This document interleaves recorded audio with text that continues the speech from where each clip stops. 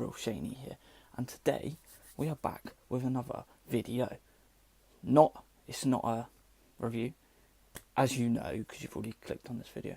Of course you know it's not a review, but, so, incident, Sunday, during the derby, between Aston Villa and Birmingham Sea, or whatever the fucking called. Basically, in the 9th minute, or 10th, depending on what your football knowledge is, a fan ran onto the pitch and managed to punch Jack Grealish in the jaw. Pretty good hit, to be honest. But he come from behind, so obviously Jack Grealish didn't see anything coming. Caught him and just clobbered him in the face from behind, kind of like that kind of thing. I don't know, but so like the first thing, like alarm bells that ring when you hear about that is how did he get let? It's not like there was I'd understand it if it was a whole crowd of people trying to get onto the pitch, but how you letting just one man get on the pitch?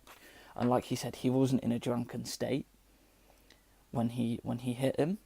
He was fully sober. He just thought it'd be a laugh because he thought Jack Grealish was a knob, which, in my opinion, I've thought loads of people are knobheads, but I don't go run on a football pitch and smack him in the jaw.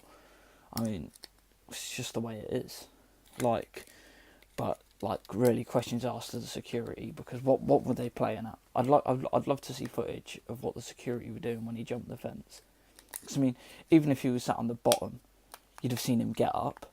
At that point, when a fan stands up in the 9th minute, you should probably look over and be like, "Oh right, let's be wary of this guy," for a start. And then he had to run over. As soon as he starts running, surely then the security are like, "Right, let's catch him." No. Then he managed to jump over the fence.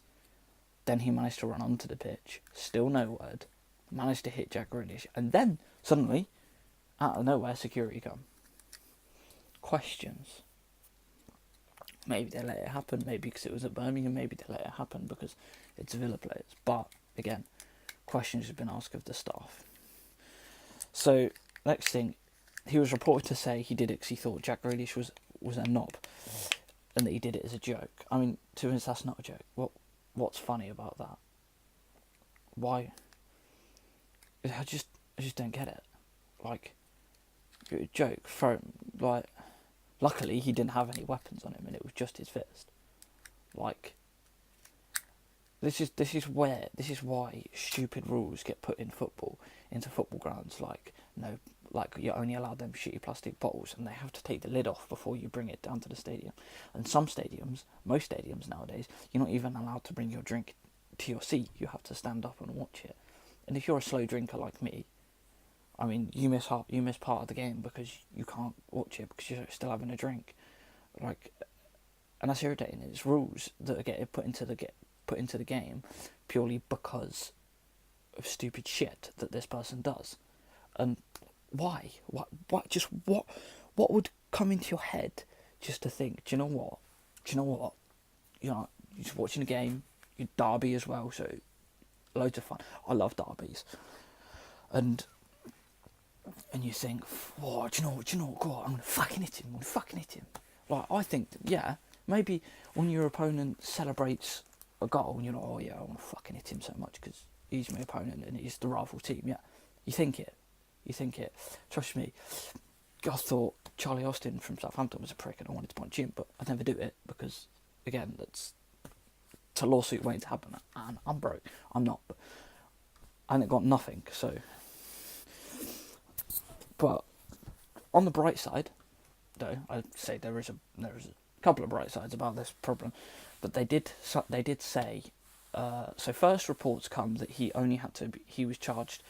I think the first reports I read were, I think it was £150 to Jack Grealish and £100 victim's fee, or whatever it's called, prosecution fee, sorry.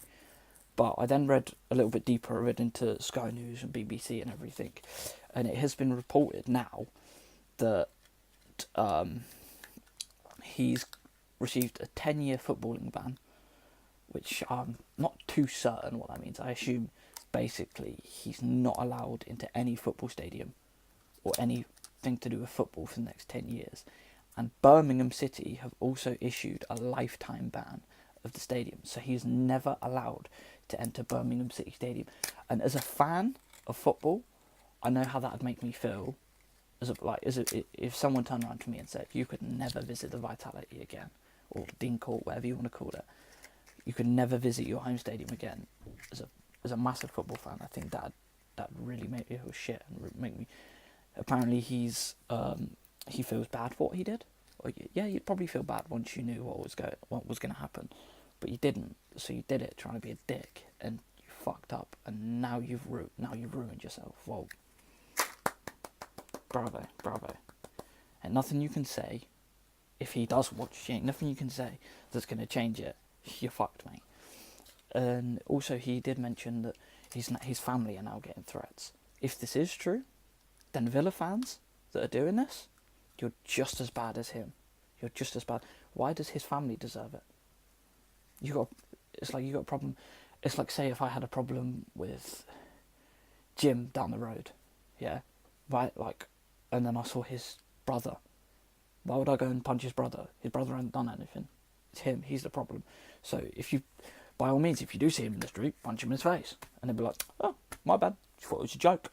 But don't do anything to his family and friends. Like, his family, he is a father of one, from what I heard. And think he ain't ever going to be able to take his kid to Birmingham Stadium again. His kid ain't ever going to go and be able to watch football with his dad. That's shit, in my opinion. He did also get 14 weeks in prison. So, I think as punishments go, as well as the £350 altogether in fees. So I think I got here £100 to Jack Grealish, as well as £350 prosecution fees. So that's £500 in fees altogether. 14 weeks in prison, 10-year ban from football, and lifetime ban from Birmingham City. I think that's fair. I think that's actually perfect, and that's the way it should be, as a lesson to the rest of fans that think they can do it. But let's be honest. Let's ask him now. Was it really worth it? Would you really do that again? No, I don't think it. Hopefully no one would do it again. Hopefully people would learn from that and think, no, people were thinking about it. Let's not do it. Good try, Kieran.